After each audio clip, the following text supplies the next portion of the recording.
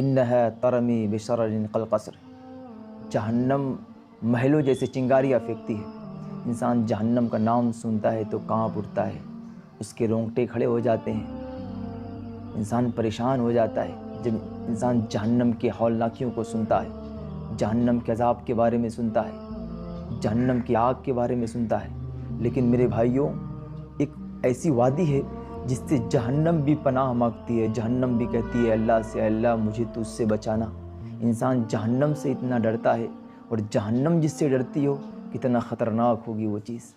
جہنم بھی اللہ سے پناہ مانگتی ہے، جن میں 70 مرتبہ، بعض روایتوں میں 400 مرتبہ جہنم کہتی ہے اے اللہ میں جب الحزن سے پناہ مانگتی ہوں، میں جب الحزن سے پناہ چاہتی ہوں۔ اب وہ کون ہے، کون سی وادی ہے جب الحزن؟ روایتوں کے اندر موجود ہے کہ اس میں ریاکاروں کو ڈالا جائے گا، جو نمائش کے طور پر کام کرتے ہیں، جو قرآن کی تحریف کرتے ہیں، جو دین کی باتوں کا مذاق اڑاتے ہیں۔ بتایا گیا ہے کہ جب الحزن کے بارے میں کہ اس میں 70,000 وادی ہیں، 70,000 وادی میں 70,000 گھر ہیں، 70,000 گھر میں 70,000 مکان ہیں، 70,000 مکان میں 70,000 سوراخ ہیں، 70,000 سوراخ میں 70,000 کنویں ہیں، 70,000 کنویں میں 70,000 اژدہے ہیں، 70,000 اژدہے کے بانچھوں میں 70,000 بچھو ہیں، جو ڈسبلیورز کو، جو قرآن کی آیت کو جھلانے والوں کو، جو ریاکاروں کو ڈستے رہیں گے۔ انسان کی تھوڑی سی انگلی کٹ جاتی ہے تو انسان کتنا تڑپتا ہے، تھوڑی سی آگ لگ جاتی ہے انسان کو، دنیا کی آگ کہیں جل جاتا ہے تھوڑا سا جسم کا ایک پارٹ، تو انسان کو کتنی تکلیف ہوتی ہے۔ لیکن آپ ذرا بتائیے، جہنم کی وہ آگ اگر سوئی کے ناکے کے برابر اگر کھول دی جائے، دنیا کے سارے انسان مر جائیں گے۔ جہنم کے اندر کا جو ہتھوڑا ہے، اگر پوری دنیا کے انسان مل کر کے اٹھانا چاہے تو نہیں اٹھا پائیں گے۔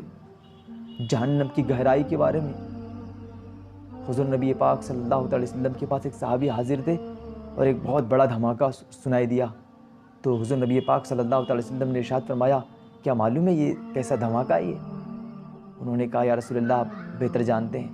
کہا کہ اللہ رب العزت نے 70 برس پہلے ایک پتھر پھینکا تھا جہنم میں، آج جا کر کے وہ پہنچا ہے۔ اگر ایک تنکا جہنم کے اندر ڈالا جائے تو 70 برس کے بعد پہنچے، اتنی گہرائی ہے۔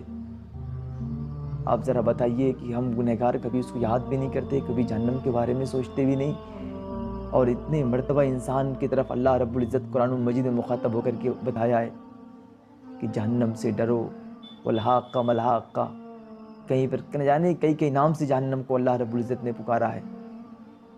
ہمیں یاد کرنا چاہیے۔ حضرت عمر فاروق اعظم رضی اللہ تعالیٰ عنہ کہتے ہیں کہ ہمیں جنت و دوزخ کو ہمیشہ یاد کرنا چاہیے۔